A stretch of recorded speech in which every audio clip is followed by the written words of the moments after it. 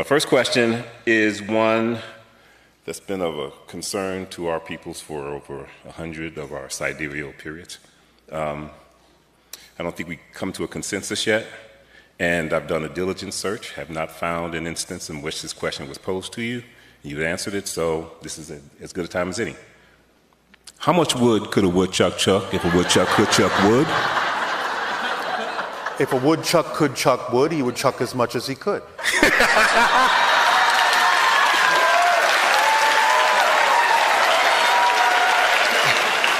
Okay, with apologies to Andy Warhol, that's just proof that in the future, everybody's going to be Bashar's straight man for exactly 45 seconds. All right, so next question. So in the reflections transmission from almost a year ago, like 25 femtoseconds for you, I posed a question in the Q&A, and I was surprised to find that you responded to the question even though it wasn't presented to you, so I'm grateful for that as well. Yes. It was a question about the 5 laws. Yes. And how to understand, and whether understanding them somewhat differently would still be consistent in the way that you presented to them. And there can be different interpretations of the laws, yes. Right. So the specific way I have come to understand it is more like 3 laws, where the one is the all and the all is the one is the first, and yes, you exist, and everything is here and now as corollaries to that law. Yes, of course. We only broke it out to make it easier for some people to understand the subtleties. Okay. So, I guess, so there's nothing I'm missing there. So you answered that question. Thank you. Next question. So there's also this, I guess another understanding that I've come to and like to communicate is that we as a people, I call ourselves Mollies, like Masters of Limitation. Yes. That seems like the name is appropriate. One is the one that you touched on a little earlier in this transmission, which is many of us think of ourselves as bodies with a soul, when in truth we are souls that have a body. But the other fallacy, I'm sorry, was that? Okay. But the other fallacy is that the universe, we understand the universe to be principally physical, meaning the Big Bang happened and these little things called atoms, got more and more complex, et cetera, and the consciousness arose out of that. Where the truth, or truth is too big a word, but it's more accurate to say. The whole picture. The whole picture. Yes, is the idea of the physical universe is just part of the picture. Right, and that it arose out of consciousness, meaning consciousness is primary, and the universe came out of consciousness. Is that accurate? Is that a well, again, you're saying it from a linear perspective when you say came out of. Because again, existence is. And time is one of the things that exists within existence. And so you can experience the idea of a universe coming out of it, or you can experience it just as is. So it just depends on your perspective. Interesting. Okay. So I'll have to internalize that a little bit more later. So, all right, if you say so. All right. Because the next part of my question kind of depended on a different answer, so I'll go to the next question. All right. So in another transmission from the Transforming Beliefs transmission, you mentioned this idea of resonant entrainment in among a group, and the idea of creating a kind of bubble. Yes. And are you talking about around the ships? No. I meant not. It was presented in a way that it was something that we could do ourselves, even in our current state. We could use resonance to better entrain our hearts together to achieve an aim. This is why in ancient Atlantis it was a technique that was used with drums. The idea of, in classes, to teach children things, they would start by beating a drum along with the idea of the heartbeat. And as soon as all of the children in the class were resonating to that drum beat, it was matched, synchronized to their heartbeats, then they would slow that beat down, their heartbeats would slow down, they would go into a kind of a trance-like state, and then they would be able to experience the lesson in a much fuller and richer way as an actual experience of being what they were being taught about. So in other words, if they were being taught about sailing, they could actually experience themselves in the trance-like state of being in that resonant bubble as if they actually were the ship, were the sails, were the ropes, were the water. They could actually experience being the ship by being in that trance, and it was induced from that resonant drumbeat state. Yes? Is that, are there ways we can work together to do something similar? Specifically, well, my recollection, at least, of that transmission was that it could be, that resonance that you just referred to could be used in the way you just described. But I also got the impression that it could also be used in a way to project love, harmony, whatever the intention is that shared group has. Because then you're saying you're in resonant harmony with existence. Because unconditional love is the signature frequency of existence itself. That's what you translate the frequency of existence as. You call it unconditional love. Right. So if you're in harmonic resonance with it, then that's what you're projecting, yes. Okay. So I also participate in musical performance, and that idea inspired me to imagine how I might be able to do that. Yes. In the next 5 years. I was hoping, well, if it's possible for you to elaborate on how ways we might be able to apply it. Is there something you can share with us that would help us? You're familiar with the Formula 2, yes? Yes, I am, and I'm going to self-disclose that I know I am not adhering or acting in a way consistent with the formula at all times. Well, it's all about being in resonance with unconditional love, because the idea is when we talk about acting on your passion, we're talking about acting on your passion in service to humanity, and that has to come from unconditional love. Okay. So I have a question about, this is really about my... About what? My personal experience. This is a personal question. Yes. Just last night I was engaging in a ceremony, and the facilitator of that ceremony asked me what I wanted to receive. Yes. And I was a little flummoxed at my inability to simply answer that question. All right. Meaning, and that led me to probe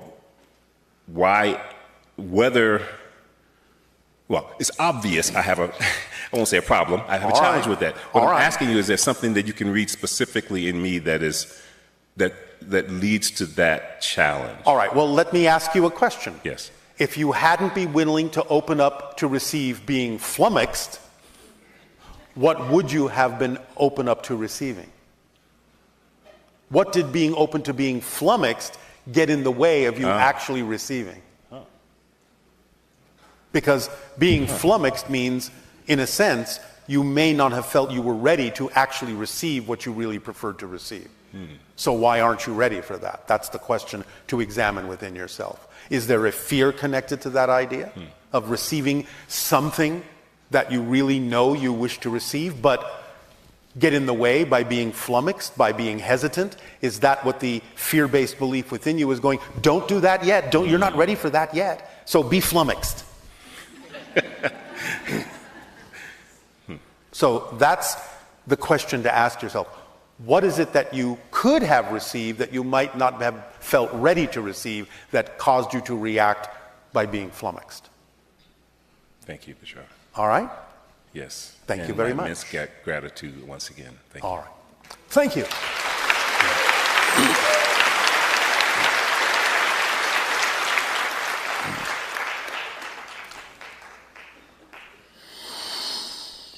Hello. I know you. Good day.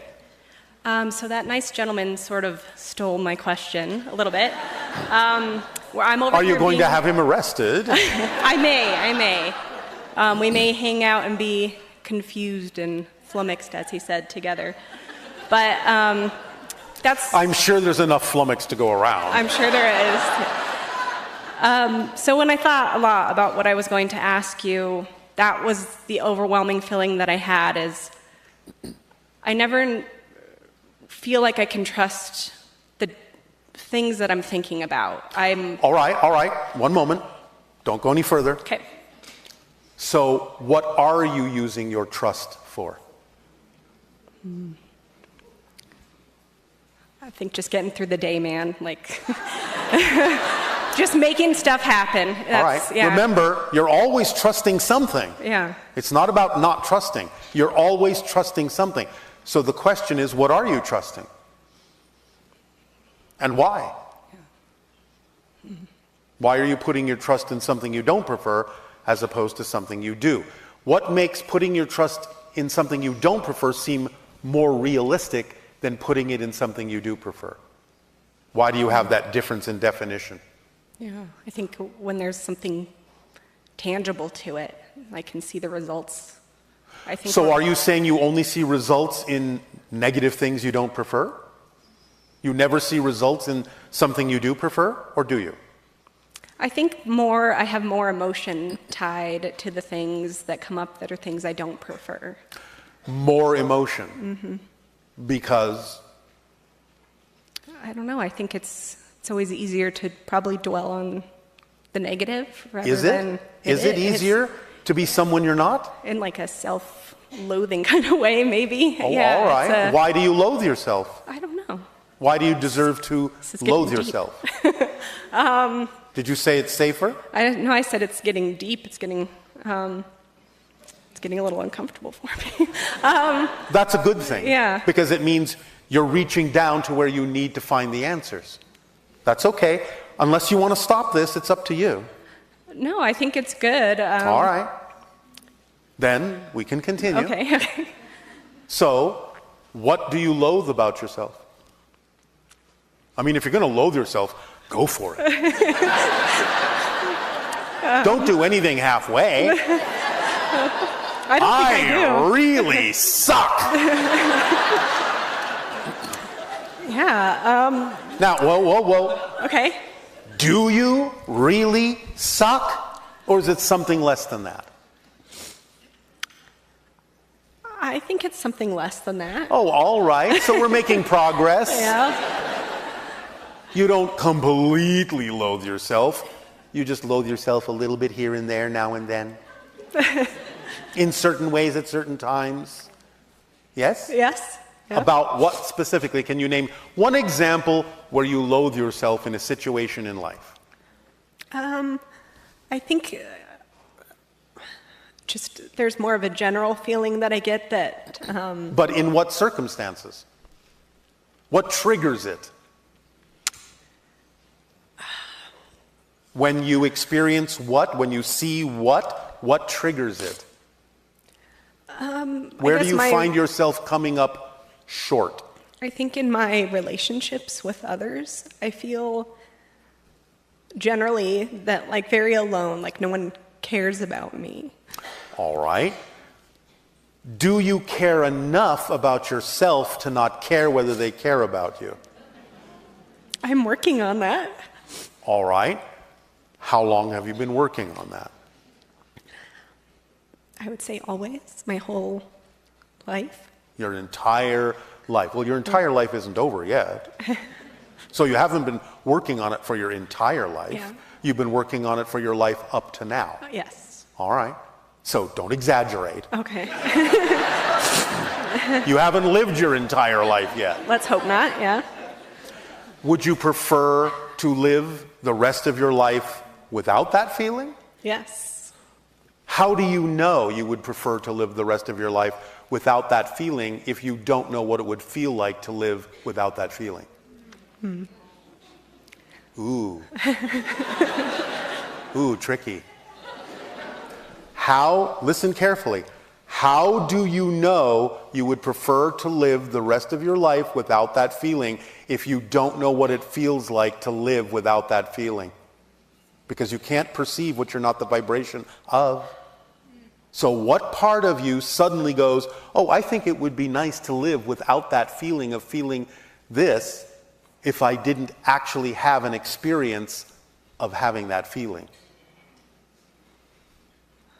So you must have some idea what it would feel like to live without feeling loathsome, yes? Yes, I see that, what you're saying, yeah. All right. So as you're imagining what that might feel like, Aren't you in that state of not being loathsome? Yes. So how does that feel? Good. All right. Would you like to continue to generate that feeling? Yes, absolutely. What stops you from doing so? What reasons are you creating to not generate a feeling you are obviously capable of generating because you just did it? Yeah. So what reasons are you creating to not have that feeling in the way that you would prefer to? I think there's a part of me that's looking for outside validation from others. Can I tell you a secret? Please? There is no outside for you. Everything you're experiencing in your universe is you. So you're only looking for validation from yourself. Yes, there are other beings, as we said before, but you're only experiencing your version of them. So they are aspects and reflections of you, even though they are also somewhat symbolically representative of other real beings. They're still reflecting to you what it is you need to understand about what you need to give to yourself.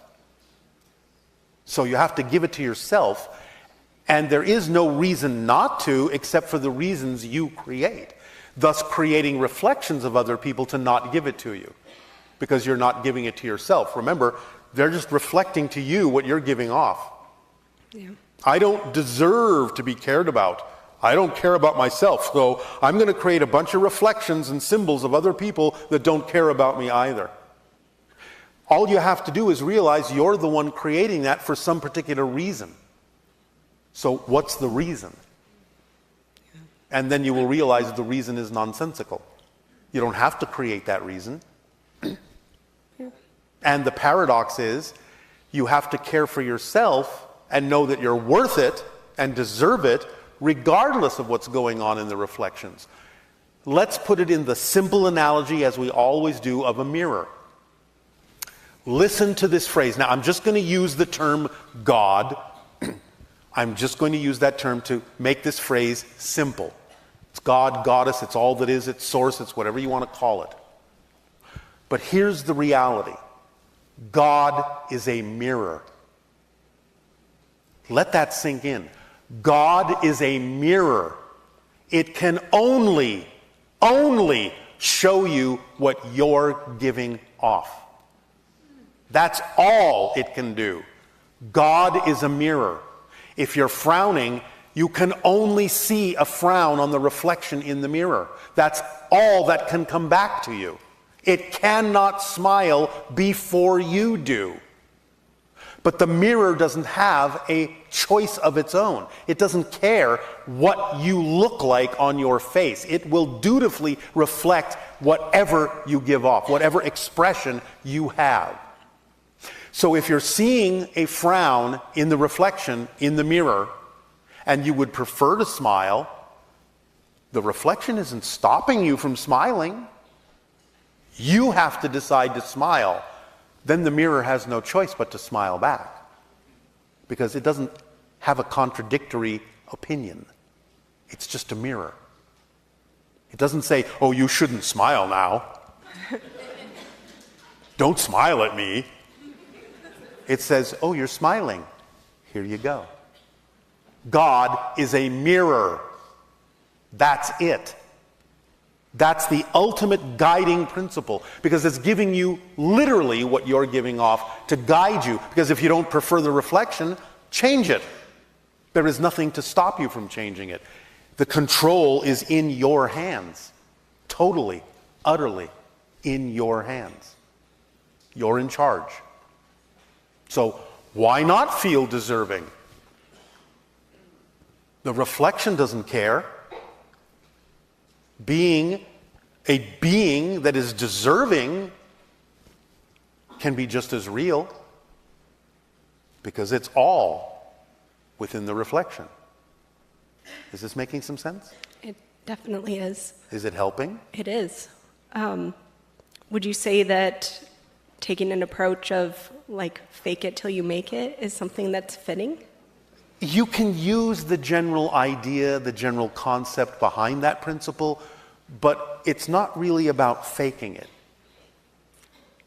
It's about knowing that while you're faking it, what you're actually doing is practicing what can actually become true for you.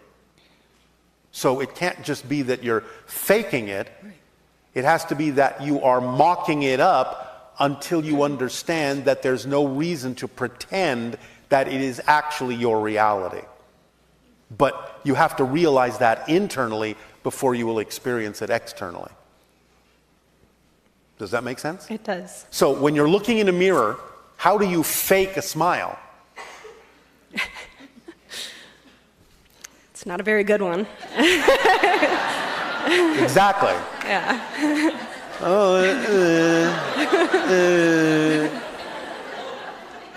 The mirror is going to do this too.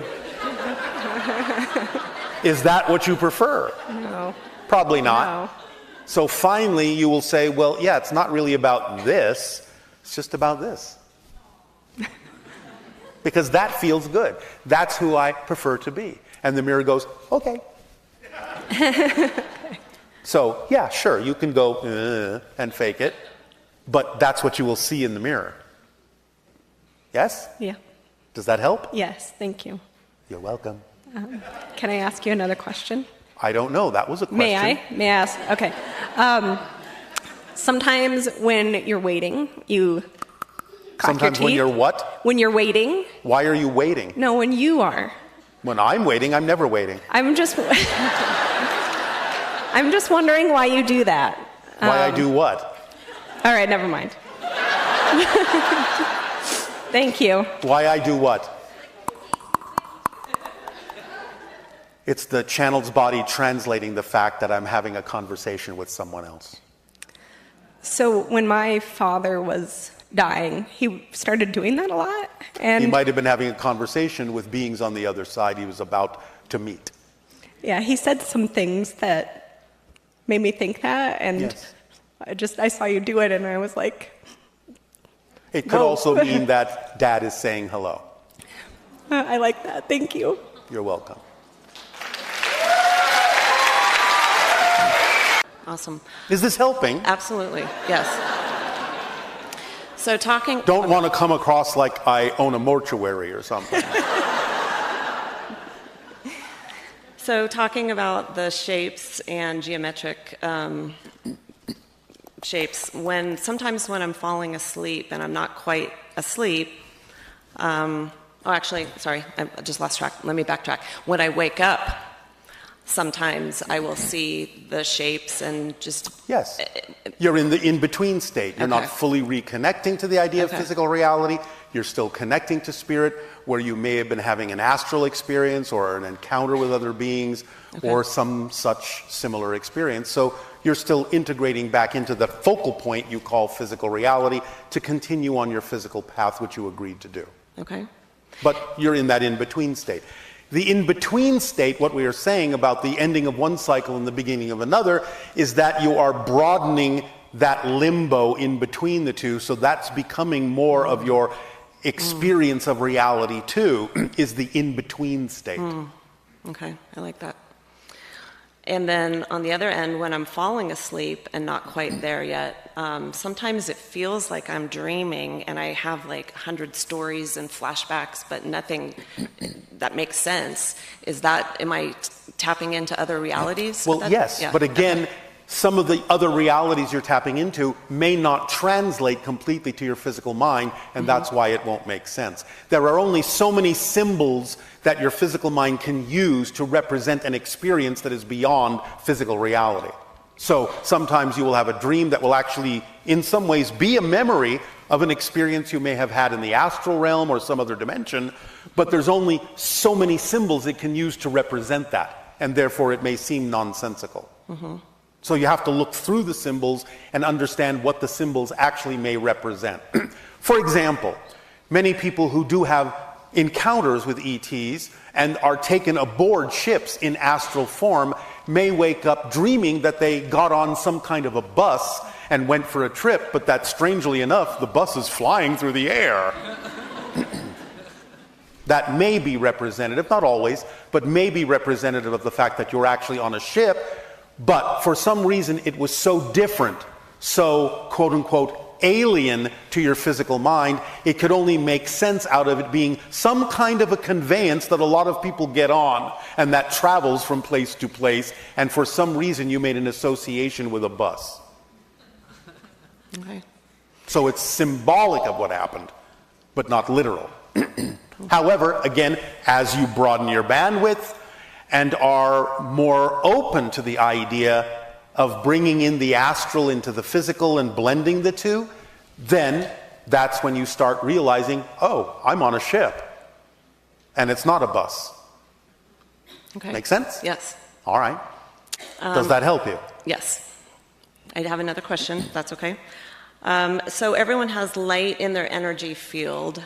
And Everyone is light. is light. Okay, so, okay. Does the light dim when you are going through something and maybe in a little bit more of a lower frequency state to be working through stuff? Does the light dim, or does it always stay?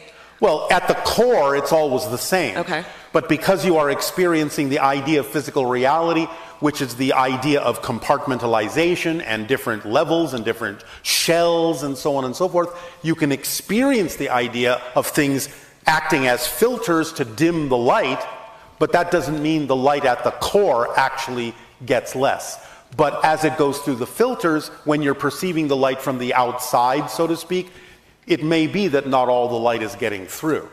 Okay. But that has nothing to do with what's going on in your core. That's always infinite and eternal. Okay. Okay. Does that answer your question? Yes, absolutely. Well, thank you. For me specifically, if you could give me one suggestion that would help with my evolution, what would it be? Are you familiar with our formula? Yes. Are you following it as precisely as you possibly can? Not as precisely, no. Thank you for your honesty. Because if you were, you probably wouldn't have asked that question. Okay. So, do you believe that you can understand the formula more clearly so that you can follow it more precisely, and that will be the answer to your question? Yes, I will try. I beg your pardon? Yes, I will follow the formula Your light more dimmed precisely. a little there.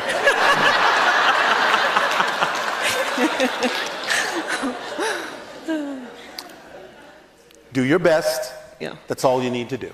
Okay. But I guarantee the instruction manual will serve you. Because again, what happens when you're following your passion? You raise your frequency. What happens when you raise your frequency? You become a better receiver of higher frequency information. Please, all of you, do remember, you are always getting guidance. You are always having help. You don't have to ask for more help than you're already getting. You just have to pay attention to the help you're already receiving more clearly. That's all. So, raise your frequency by acting on your passion. Do it according to the way we have laid out the formula, because that's a description of how you're creating your reality experience already. Just do it consciously, and you will see that everything is connected. Synchronicity will come up, and you will be guided through life very smoothly, very effortlessly. You will have challenges, but those are fun, aren't they? Approach every single challenge with curiosity. Why is this happening, I wonder? What can this teach me, I wonder? Where will this take me, I wonder?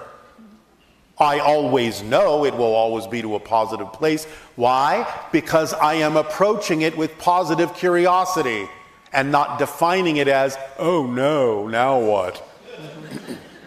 Challenges help you grow. That's why you laid them out on your life path. So approach them with curiosity, and you will get through them in a fun, creative, joyful, and constructive way. And you will learn the lessons you need to learn that will allow your soul to grow and accelerate. And you will be having fun in life. Yes? Yes. All right. Thank you. All right. Thank you. I love you.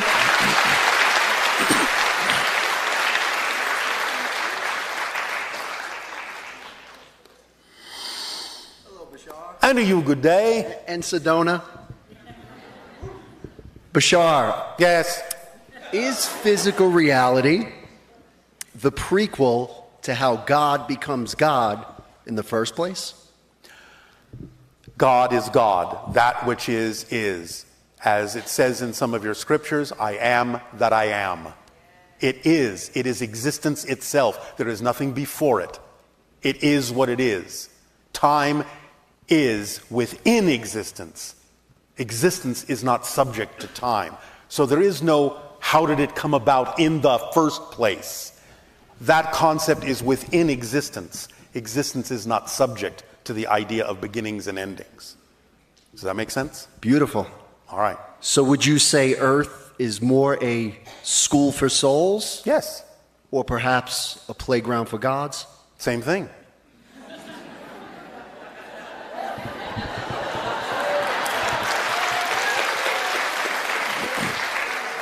We understand that in your vernacular, in general, I don't mean this in a negative way, Earth is a quote-unquote tough school.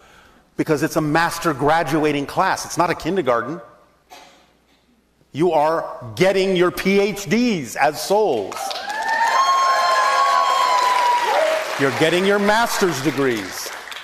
So the challenges are going to be equivalent to the level of the power of your souls as they are now. So enjoy it.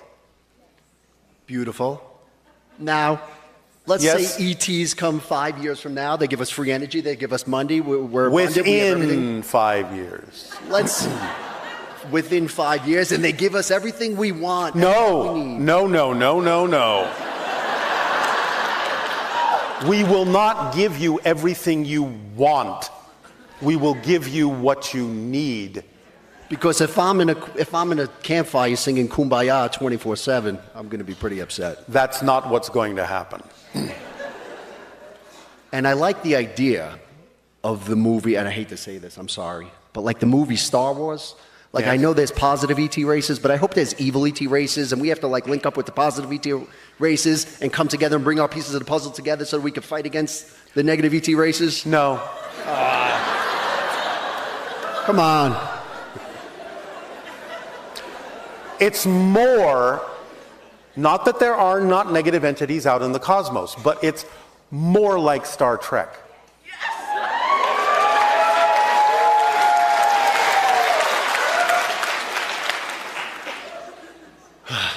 Now. Yes, it is now. So if there are ETs, what's the difference between the idea of ETs, angels, and demons? There are no demons. Angels are beings that have never been physical. They are, in a sense, the first reflection or split off from all that is. It is a level of consciousness of all that is that individuates but has never experienced physical reality, but have the broad perspective to guide beings from many different dimensions in certain ways. And there are different kinds of levels to the angelic realm, vibrationally speaking. Demons don't really exist in the way that you think they do. There are, of course, entities that are oriented in negative ways, and if you want to say they may go about doing things in quote-unquote demonic ways, that's more accurate than saying that there are actually demons. A demon is simply someone who's not understood, who may be in pain and may be in fear. It is simply someone acting in a demonic way without the idea of the experience of love in their lives. So if you want to call that a demon, go ahead, but that's just a label that says it is someone that is out of touch with the idea of the unconditional love of existence. So, spirits, in that sense, again, can be many different things. You are spirits. So, ETs are beings that are physicalized in different civilizations on different planets. Yes? Beautiful.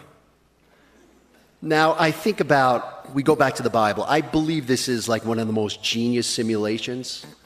I think one of the, our blessings, sometimes our nightmares, they become our blessings. Yes. Is that what you mean by we could change our past? Like as we change as individuals, then we look in our past and say, oh, wow, that meaningless experience is meaningful. That's one way of looking at it, but we're also talking about the fact that you actually literally change your past. Let me put it to you this way. If you have defined yourself as a completely different person than you used to be in the present, The idea is that since you are creating linear reality, the idea of past, present, and future as a projection of your consciousness, it's an illusion, because everything is actually in the present, everything is now.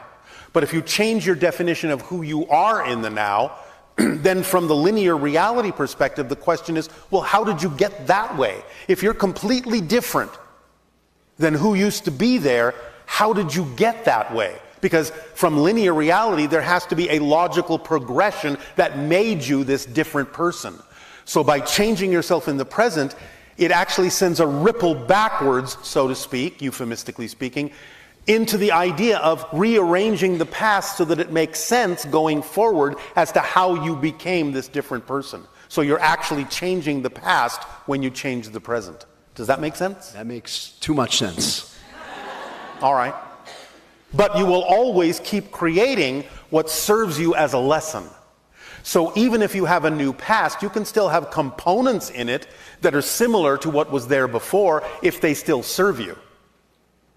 But it's a new past anyway. It's a new arrangement of things. And the fact that you're now realizing that you can learn a lesson from what appears to be an incident in your past means that you actually have changed the past to make that incident appear to be something that is now relevant for your present. Beautiful. Now, one more question. I never really heard anybody ask you this question, but how do you feel about like numerology? Permission slips. You understand our concept of permission slips? Absolutely. That's how I feel about it. Any technique, any tool, any discipline, any object that you believe will help you open up and become more of yourself, to give yourself permission to be more of who you are, is a tool that we call a permission slip. You are the ultimate permission slip, of course, because you're the one making the change. But if you have a belief system that says, it will be easier for me to do this if I use this technique because I relate to it for a reason, this is my creative way of interpreting this language that means this to me and gives me the reflection I need to move forward, well, that's all well and good. That's fine. It's a very creative way to do things. But these things don't control you. They reflect you.